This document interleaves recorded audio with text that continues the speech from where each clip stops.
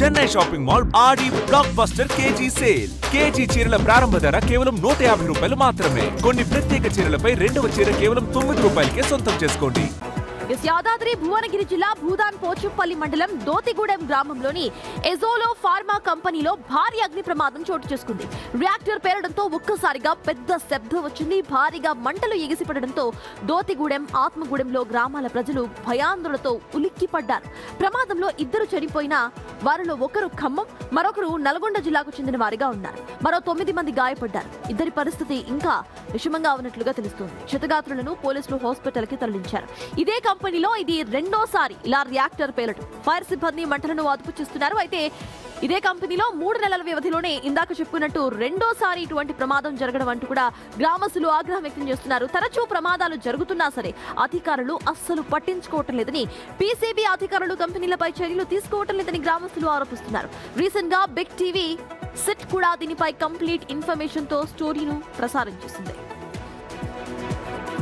Right updates మా ప్రతినిధి రమేష్ అందిస్తారు. రమేష్, గతంలో మనం కూడా దీనిపై ఒక స్పెషల్ ఆపరేషన్ చేసిన తర్వాత దానికి సంబంధించి ఇన్ఫర్మేషన్ మొత్తం స్టోరీ ప్రసారం చేశాము. అయినా సరే అధికారులు మార్పు రాలేదు. పీసీబీ అధికారులు కనీసం స్పందించలేదా? కనీసం ఇన్స్పెక్షన్స్ అండ్ చెక్స్ కూడా చేయలేదా?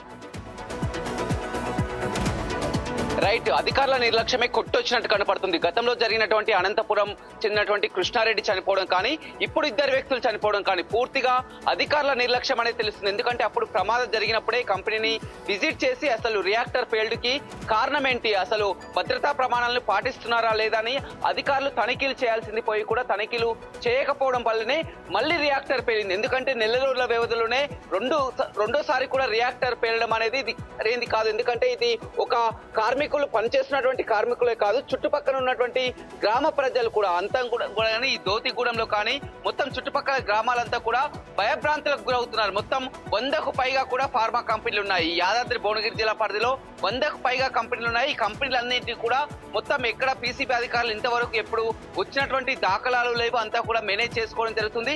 ఇప్పుడు ప్రమాదం జరిగితే మళ్ళీ ఆందోళన చేస్తారని ఇప్పుడు కంపెనీ ఏటా పెద్ద ఎత్తున పోలీసులని మోహరించినటువంటి విజువల్స్ కూడా మనం చూడడం, ఆ డే విజువల్స్ కూడా చూస్తున్నాం. అక్కడ కంపెనీ పేలుడు దాటికి ఏ విధంగా చెల్లా చెదురైందో కూడా మనం విజువల్స్ లో చూస్తే అర్థమవుతుంది. పూర్తిగా రియాక్టర్ పేలుడుకి ఈ వాల్వ్స్ ఏదైతే ఉన్నాయో అది సరిగా పనిచేయకపోవడం వల్లనే ఈ ప్రమాదం జరిగినట్టు తెలుస్తుంది. అది పూర్తిగా 200 డిగ్రీల వరకు కూడా మండేటటువంటి ఉష్ణోగ్రత పేలుడు దాటి కూడా వచ్చి పడినటువంటి గాయాలతో కూడా వారంతా కాలిన గాయాలతో అక్కడ ఆర్తనాలతో కొట్టుకుంటున్నటువంటి విజువల్స్ కూడా మనం చూడడం జరిగింది. హుటాహుటిన వారందరినీ కూడా ప్రైవేట్ ఆసుపత్రికి తరలించారు. ఆ ప్రమాద సమయంలో మొత్తం 18 మంది కూడా. రమేష్, ఇక్కడ రెండు బయట నుండి వచ్చిన వాళ్ళు ఆడిట్ చేయాలి, అలానే ఇంటర్నల్ ఆడిట్స్ కూడా జరగాలి. బయట నుండి డైరెక్ట్ గా గవర్నమెంట్ నుండి ఇటు ఇందాక చెప్పినట్టు పీసీబీ నుండి ఆడిట్స్ చేయాలి. సో వాళ్ళు ఆడిట్స్ సరిగ్గా చేయలేదా? అలానే ఇంటర్నల్ ఆడిట్స్ లో ప్రతి 3 నెలల నుండి 6 నెలలకు ఒకసారి ఆడిట్స్ కంపల్సరీగా చేయాలి. అంటే ఆడిట్స్ ను కూడా తారుమారు చేసేస్తున్నారా రమేష్ వీళ్ళు?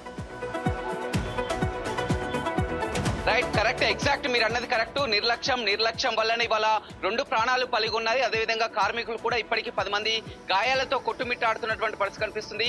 గ్రామస్తులు గత కొన్ని రోజుల నుంచి కూడా అక్కడ ఆందోళనలు కూడా చేస్తున్నారు. తరచూ ప్రమాదాలు జరుగుతున్నాయి. ప్రమాదాలు జరుగుతున్నా అధికారులు ఎందుకు స్పందించలేదు? పొల్యూషన్ కంట్రోల్ బోర్డు అధికారులు ఏం చేస్తున్నారు? రియాక్టర్లు వరుసగా పేలడం అనేది ఇది మామూలు విషయం కాదు. ఎందుకంటే ఒక కంపెనీ కాదు, చుట్టుపక్కలంతా కూడా పచ్చని పొలాలు, గ్రామస్తులంతా కూడా రాత్రి ఎప్పుడైతే భారీ శబ్దంతో పేలుడు సంభవించిందో ఆ పేలుడు దాటికి అదే గ్రామం కాకుండా చుట్టుపక్కల ఉన్నటువంటి గ్రామాలు కూడా కంటి మీద కుడుకు లేకుండా పోయింది. రాత్రి 11 గంటల సమయంలో, ఎగ్జాక్ట్ గా 11 గంటల సమయంలో భారీ శబ్దంతో పేలుడు సంభవించింది. ఒక్కసారిగా ఆ పేలుడు దాటి కూడా ఇప్పటి వరకు కూడా ప్రజలంతా కూడా ఇంకా భయభ్రాంతులకే గురవుతున్నటువంటి పరిస్థితి కనిపిస్తుంది. ఎప్పుడు ఏం జరుగుతుందో కూడా తెలియలేదు. వరుసగా యాదాద్రి భువనగిరి జిల్లాలో ప్రమాదాలు జరుగుతున్నా కానీ అధికారులు ఎందుకు పట్టించుకోవడం లేదు? 100కు పైగా కూడా ఫార్మా కంపెనీలు ఉన్నాయి. తరచూ రియాక్టర్ పేలుడు వల్లే ప్రమాదాలు సంభవిస్తున్నాయి. కార్మికుల ప్రాణాలతో చెలగాటమాడుతున్నారు. అయినా కానీ అధికారులు మాత్రం చలనం కనిపించలేదు. ఇప్పుడు అంతా కూడా పెద్ద ఎత్తున ఆందోళనకు సిద్ధమవుతున్నటువంటి తరుణంలోనూ కూడా ఇప్పుడు పోలీసులను మోహరించినటువంటి పరిస్థితి అయితే అక్కడ కనపడుతుంది. రమేష్, ఫైనలీ ఇక్కడ చర్యలు ఎట్లా తీసుకుంటున్నారు? అంటే పూర్తిగా కంపెనీను తక్షణమే ఆపేయాలి అన్న నోటీసులు ఏమన్నా ఇచ్చారా అసలు ఇప్పటికైనా?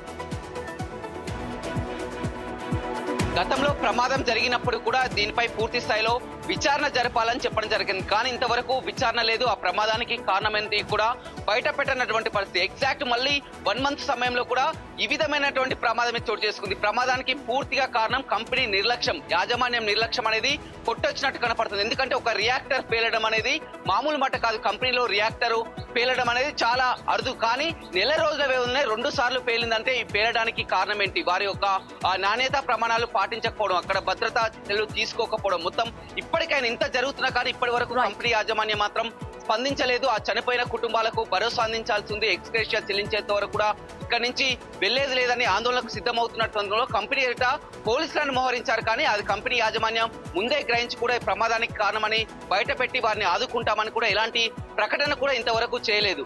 Yes, thank you Ramesh. కంపెనీల నిర్లక్ష్యము కనిపిస్తోంది, పీసీబీ అధికారుల నిర్లక్ష్యము కనిపిస్తోంది. కనీసం ఆడిట్లు, ఇన్స్పెక్షన్స్ చేయలేని ఇటువంటి కంపెనీస్ అసలు ఎందుకు అనే క్వశ్చన్ ఇప్పుడు అక్కడ ప్రజల్లో రైజ్ అవుతుంది. మేము కూడా అదే రైజ్ చేస్తున్నాం. కనీసము అక్కడ రియాక్టర్స్ కు సంబంధించి అట్లీస్ట్ ఆడిట్స్ చేయలేరు, ఇన్స్పెక్షన్స్ చేయలేరు. అట్లాంటప్పుడు ఇంత పెద్ద పెద్ద కంపెనీలో పెట్టుకొని ఎందుకు?